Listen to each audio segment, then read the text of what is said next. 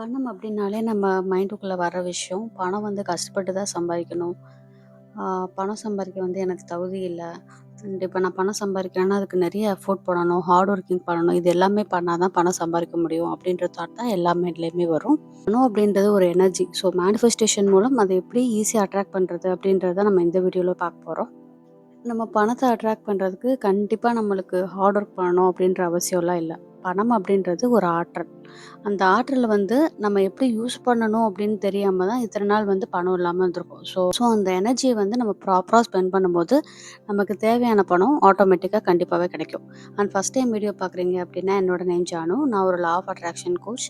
நம்ம வீடியோல ஈர்ப்பு விதிய பத்தி அதிகமா பேசியிருக்கோம். ஈர்ப்பு விதி அப்படின்றது எண்ணம் போல் வாழ்க்கை. நம்ம என்ன நினைக்கிறோமோ அதுவாகவே மாறப்போறோம். அதுதான் ஈர்ப்பு விதி. ஸோ ஃபஸ்ட் டைம் வீடியோ பார்க்குறீங்கன்னா சப்ஸ்கிரைப் பண்ணிட்டு பாருங்க. அண்ட் சப்ஸ்கிரைப் பண்ணாமல் பார்க்குறீங்க அப்படின்னாலும் சப்ஸ்கிரைப் பண்ணுங்க. அப்போ தான் நான் போடுற யூஸ்ஃபுல் வீடியோ உங்களுக்கு நோட்டிஃபிகேஷனில் காட்டும். இப்போ உங்கள் லைஃப்பில் பணம் அப்படின்ற விஷயம் ரொம்ப பெருசாகவே இருக்கும். அதுக்காக நிறைய எஃபோர்ட் போட்டிருப்பீங்க. பட் அது செலவாயிட்டு தான் இருக்குமே தவிர நம்மக்கிட்ட சேராது.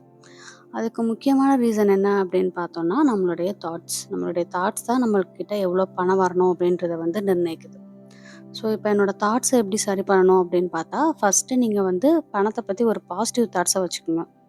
நம்ம நிறையா பேர் என்ன பண்ணுறோன்னா, பணத்தை ஸ்பெண்ட் பண்ணும்போது ஒரு ஸ்கேர்சிட்டி மைண்ட் செட்டில் தான் ஸ்பெண்ட் பண்ணுவோம். ஐயோ என்கிட்ட இருந்து பணம் போதே அப்படின்ற மாதிரி ஒரு பற்றாக்குறையில் தான் ஸ்பெண்ட் பண்ணுமே தவிர, அந்த பணத்தை நம்ம ஸ்பெண்ட் பண்ணும்போது ஒரு பொருள் நம்மக்கிட்ட வரலாம், அல்லது ஒரு சர்வீஸ்க்காக நீங்கள் பணத்தை ஸ்பெண்ட் பண்ணலாம். ஆர் வாட்டெவர் ஏதோ ஒரு விஷயத்துக்காக தான் நம்ம எக்ஸ்சேஞ்ச் பண்ணுறோம். பணத்தை வந்து ஸ்பெண்ட் பண்ணுறோம். சும்மா வந்து பணத்தை வந்து நம்ம செலவு பண்ணல. ஸோ பணத்தை செலவிடுற மூலமாக எந்த பயன் கிடைக்குது அப்படின்றத நம்ம பெருசாக யாருமே எப்பயுமே யோசிக்கிறது இல்ல. பணம் நம்மளை விட்டு போதே அப்படின்ற தாட்ஸ் மட்டும் தான் நம்மளுக்கு ப்ரைமரியாக வரும். ஸோ இப்போ நீங்கள் பணம் ஸ்பெண்ட் பண்ணுறீங்க அப்படின்னா, அதுக்குண்டான சர்வீஸ்க்கு வந்து நன்றி சொல்லி பழகுங்க. இப்போ வந்து நீங்கள் ஒரு கார் வாஷ் விடுறீங்க. ஸோ அது உங்கள் கார் எவ்வளோ புதுசாக இருக்குது அதுக்கு நன்றி சொல்லலாம். ஒரு பொருள் வாங்குறீங்க, இப்போ கிராசரி வாங்குறீங்கன்னா, அந்த கிராசரிஸ் மூலம் நம்ம உடம்ப வந்து நம்ம ஹெல்த்தியாக வச்சுக்கிறோம். அண்ட் பிடிச்சதெல்லாம் சாப்பிட்றோம். இதுக்கு வந்து நம்ம நன்றி சொல்லலாம். ஸோ ஃபஸ்ட்டு உங்ககிட்ட பணம் சேரணும் அப்படின்னா, நீங்கள் ஸ்பெண்ட் பண்ணுற பணத்துக்கும், அது மூலம் கிடைக்கிற பொருளுக்கும் வந்து நம்ம நன்றி சொல்லணும். இதுதான் ஃபஸ்ட்டு தாட். ஸோ கிராட்டிடியூட் அப்படின்றது தான் பணத்தை சம்பாதிக்கிறதுக்கு உண்டான முதல் வழி. அண்ட் நிறையா வந்து லைக் உங்ககிட்ட பணம் தான் அதிகமாக இல்ல. பணம் விஷயத்துல நீங்க ரொம்ப ஸ்டக் ஆகுறீங்க அப்படின்னா, எந்தெந்த இடத்துல நீங்க அமௌண்ட்ட ஸ்பெண்ட் பண்றீங்களோ, அந்த எல்லா இடத்துலயுமே வந்து நீங்க ஹேப்பியா செலவு பண்ணணும்.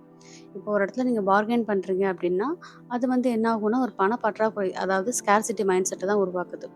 இப்போ நீங்க ஒரு மில்லியனரா இருக்காங்க அப்படின்னா, அவங்க வந்து கண்டிப்பா யார்ட்டயுமே பார்கெயின் பண்ண மாட்டாங்க. ஒரு பொருள வாங்குறாங்க அப்படின்னா, அவங்களுக்கு புடிச்ச பொருள அவங்க ஹேப்பியா வாங்கிட்டு போயிட்டே இருப்பாங்க. ஸோ கான்ஷியஸ் என்ன பண்ணும்னா, அவங்களுக்கு தேவையான பொருள குடுத்துட்டே இருக்கும். அவங்களுக்கு தேவையான பொருளாதாரத்தையும் குடுக்கும். ஸோ நம்ம தாட்ஸ் எப்படி இருக்கும்?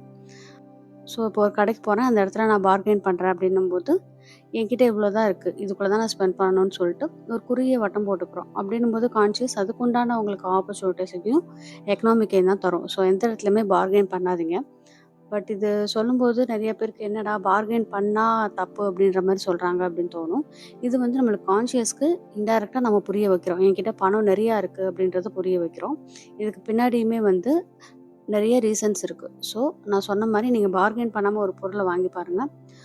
சில சேஞ்சஸ் வந்து உங்ககிட்ட நீங்க உணர்வீங்க.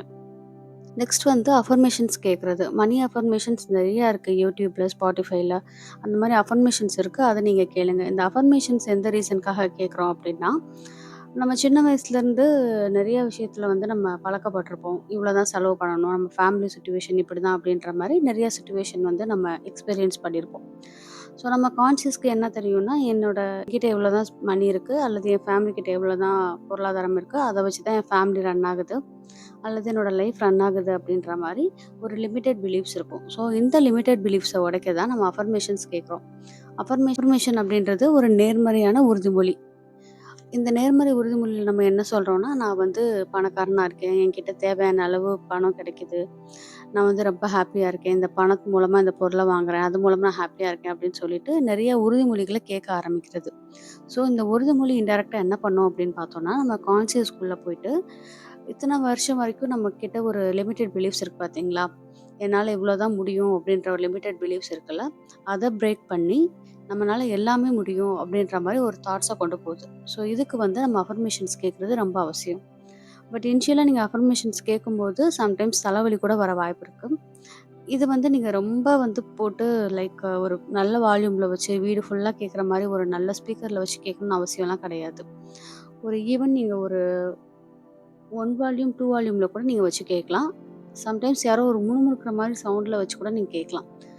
இது வந்து எப்படி எனக்கு கேட்கும் அப்படின்ற மாரி நம்மளுக்கு ஒரு கொஸ்டின் வரும். இது என்ன ஆகும்னா, ஆட்டோமேட்டிக்கா நம்ம சப்கான்ஷியஸ்க்கு புரிய ஆரம்பிக்கும். ஸோ நீங்க வந்து அஃபர்மேஷனுக்காக ஒரு தனியா ஒரு டைம் ஸ்பெண்ட் பண்ணணும் அவசியம் இல்ல. நீங்க உங்க வேலைய அஸ் யூசுவல் பார்த்துட்டு, அஃபர்மேஷன ப்ளே பண்ணிட்டு, உங்க ரொட்டீன பார்த்துக்கலாம். ஸோ நம்ம கான்ஷியஸ்க்கு இந்த அஃபர்மேஷன்ஸ் வந்து அதிகமா கேட்க ஆரம்பிக்க என்ன ஆகும்னா, நம்ம தாட்ஸ் எல்லாமே பாசிட்டிவா மாறும். ஸோ நம்ம தாட்ஸ் பாசிட்டிவா மாறும்போது, யூனிவர்ஸ் நம்மளுக்கு உண்டான ஆப்பர்ச்சுனிட்டீஸ கொண்டு வரும். அடுத்தது என்ன அப்படின்னா, விசுவலைசேஷன். இந்த விசுவலைசேஷன் மெத்தட் அப்படின்றது ரொம்ப எஃபெக்டிவான மெத்தட். ஸோ விசுவலைசேஷன்ல நம்ம என்ன பண்றோம் அப்படின்னா, ஃபார் எக்ஸாம்பிள் இப்போ நீங்க ஒரு 5 லேக்கோ, 10 லேக்கோ வந்து பணத்த அட்ராக்ட் பண்ணணும் ஆசைப்படுறீங்க அப்படின்னும்போது, அந்த பணம் கிடைச்சா நீங்க என்னென்ன பண்ணுவீங்க? என்னென்ன வாங்குவீங்க? அந்த டைம்ல எவ்வளோ ஹாப்பியா ஃபீல் பண்ணுவீங்க? அப்படின்றத விஷுவல் பண்ண போறோம். அதாவது காட்சிப்படுத்த போறோம். ஸோ கண்ண மூடிட்டு ஒரு காமான பிளேஸ்ல உட்காந்துக்குங்க. அந்த இடத்துல உங்கள யாருமே டிஸ்டர்ப் பண்ணக்கூடாது.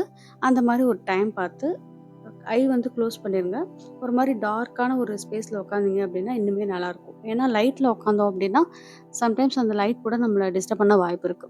ஸோ ஒரு டார்க்கான பிளேஸ்ல உட்காந்துட்டு, நீங்க இயர்ஃபோன் கூட போட்டுக்கலாம். இயர்ஃபோன் போட்டுட்டு ஒரு பேக்ரவுண்ட் மியூசிக் மாரி ஏதாவது ரொம்ப காம் மியூசிக் ஏதாவது ப்ளே பண்ணிட்டு, நீங்க ஃபீல் பண்ணி பாருங்க. உங்ககிட்ட ஒரு 10 லேக்ஸ் பணம் வேணும் அப்படின்னா, அந்த பணம் கிடைச்சா நீங்க எவ்வளோ ஹாப்பியா இருப்பீங்க? உங்க அக்கவுண்ட்ல வந்து அது கிரெடிட் ஆகுது. ஸோ கிரெடிட் ஆகுற டைம்ல நம்ம ஃபோன பார்த்தா எவ்வளோ ஹாப்பியா இருக்கும். உள்ள ஒரு எக்ஸைட்மெண்ட் இருக்கும். அந்த எக்ஸைட்மெண்ட் எல்லாத்தையும் லைவா அனுபவிச்சு பாருங்க. நெக்ஸ்ட் அந்த பணத்த வச்சு என்னென்ன பொருள் வாங்குவீங்க? ஒரு கடைக்கு போறீங்க. அதுக்கு உண்டான பொருள் வாங்குறீங்க. ஒரு ஜுவல்ஸ் வாங்குறீங்க. இல்ல கார் வாங்குறீங்க அப்படின்னும்போது, அந்த ஹாப்பினஸ் எப்படி இருக்கும் அப்படின்றத ரொம்ப லைவா அனுபவிச்சு பாருங்க. இதுதான் விசுவலைசேஷன். பட் இந்த விசுவலைசேஷன் பண்றதுக்கு நீங்க என்ன பண்ணணும்னா, ஆல்ரெடி நான் சொல்ற மாரி இந்த அஃபர்மேஷன், கிராட்டிட்யூட் இந்த மாரி கிரவுண்ட் ஒர்க் பயிற்சிய நீங்க பண்ணிட்டீங்க அப்படின்னா, விசுவலைசேஷன் பண்றது ரொம்ப ஈஸி.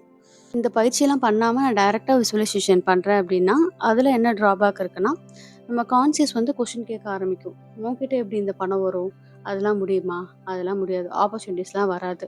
அப்படி மாரி ஒரு நெகட்டிவ் தாட்ஸ கொண்டு வரும். ஸோ என்ன பண்ணணும்னா, இப்ப நீங்க பணத்த அட்ராக்ட் பண்ணணும்னு நெனைக்கிறீங்கன்னா, ஃபர்ஸ்ட்டு ஒரு 10 டேஸ் வந்து இந்த அஃபர்மேஷன்ஸ், கிராட்டிட்யூட் இந்த மாரி விஷயத்தெல்லாம் பண்ணி, உங்க மைண்ட வந்து ஓரளவுக்கு பாசிட்டிவா கொண்டு வந்துட்டு, நெக்ஸ்ட் இந்த விசுவலைசேஷன் வந்து நீங்க ட்ரை பண்ணலாம். நீங்க இப்ப பணத்த அட்ராக்ட் பண்ண ஆசைப்படுறீங்க அப்படின்னா, ஒரு 30 டேஸ்ல கண்டிப்பா உங்க லைஃப்ல வந்து ஒரு சேஞ்சஸ கொண்டு வரலாம்.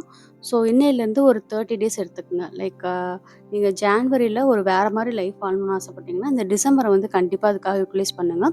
ஸோ டிசம்பர் 1 இருந்து கூட அந்த சேலஞ்ச நீங்க ஸ்டார்ட் பண்ணலாம். ஃபர்ஸ்ட்டு என்ன பண்றோம் அப்டின்னா, நம்ம கிடைக்கிற பணத்துக்கு நன்றி சொல்றோம். சின்ன சின்ன பொருளா இருந்தாலும் சரி, சின்ன சின்ன அ அமௌண்ட்டா இருந்தாலும் சரி, ஈவன் நீங்க கடைக்கு போறீங்க ₹1 செலவு பண்றீங்க அப்டின்னாலும், அந்த ₹1க்கு தேங்க் பண்ணுங்க. இந்த ₹1 மூலமா என்ன பொருள் வருதோ, அந்த பொருளுக்கு தேங்க் பண்ணுங்க. இது மாரி பணம் ஸ்பெண்ட் பண்றதுக்கு யோசிக்கவே யோசிக்காதீங்க. அது மூலமா வர ஹாப்பினஸ்க்கும், சர்வீஸ்க்கும் வந்து நன்றி சொல்லுங்க. ஸோ பணம் செலவு பண்றத பத்தி ஒரு ஒரினஸ் இது பண்ணாம, அது மூலம் கிடைக்கிற சர்வீஸ்க்கு வந்து நன்றி சொல்லுங்க. அடுத்த விஷயம் என்ன அப்படின்னு பார்த்தோம்னா, அஃபர்மேஷன்ஸ் கேட்குறது. ஸோ அஃபர்மேஷன்ஸ் கேட்கறது மூலமா பணத்த பத்தி இருக்க நெகட்டிவ் தாட்ஸ் எல்லாத்தையுமே நம்ம கொண்டு போயிட்டு, பாசிட்டிவ் தாட்ஸ் எல்லாத்தையுமே நம்ம கான்ஷியஸ்க்கு வந்து கொண்டு வரோம். லாஸ்ட் வந்து விசுவலைசேஷன். இந்த விசுவலைசேஷன் பண்றது மூலமா கான்ஷியஸ்க்கு என்ன வேணும் அப்படின்றத நம்ம உணர்த்த ஆரம்பிக்கிறோம். ஸோ அதுக்குண்டான ஆப்பர்ச்சுனிட்டீஸ இந்த பிரபஞ்சம் வந்து ஆட்டோமேட்டிக்கா உங்க லைஃப்ல கொண்டு வரும். ஸோ அந்த 30 டேஸ் இத ட்ரை பண்ணிட்டு, கமெண்ட்ல உங்க லைஃப்ல என்ன சேஞ்சஸ் இருக்கு அப்படின்னு சொல்லிட்டு கமெண்ட் பண்ணுங்க. அண்ட் இந்த சேலஞ்ச நீங்க ஸ்டார்ட் பண்றீங்க அப்படின்னாலும், இன்னைக்கே வந்து ஸ்டார்ட் பண்றதையும் நீங்க கமெண்ட் பண்ணுங்க. ஸோ நெக்ஸ்ட் யாராவது இத ட்ரை பண்றாங்க அப்படின்னும்போது, உங்களுக்கு இன்னுமே கண்டிப்பா மோட்டிவேஷனா இருக்கும். லைஃப்ப வந்து ஒரு டிரான்ஸ்ஃபார்மேஷனா கொண்டு போணும். என்னோட பணம் அண்ட் கெரியர், லைக் ரிலேஷன்ஷிப் இது எல்லாத்துலயுமே ஒரு சேஞ்சஸ் வேணும். லைஃப்ப வந்து நான் வேற மாரி வாழணும். எனக்கு புடிச்ச மாரி அப்படின்னு நீங்க நெனச்சீங்கன்னா, லைஃப் டிரான்ஸ்ஃபார்மேஷன் கோச்சிங் இருக்கு. நீங்க அதுல கூட ஜாயின் பண்ணிக்கலாம். நம்பர் ஆட் பண்ணியிருக்கேன். நீங்க இன்கேஸ் ஜாயின் பண்ணணும்னா, அதுல கேட்டு தெரிஞ்சுக்கங்க. அண்ட் இந்த வீடியோ உங்களுக்கு புடிச்சிருந்ததுன்னா, உங்க ஃப்ரெண்ட்ஸ் அண்ட் ஃபேமிலிக்கு ஷேர் பண்ணுங்க. சப்ஸ்கிரைப் பண்ணாம பார்க்குறீங்கன்னா, சப்ஸ்கிரைப் பண்ணுங்க. நன்றி.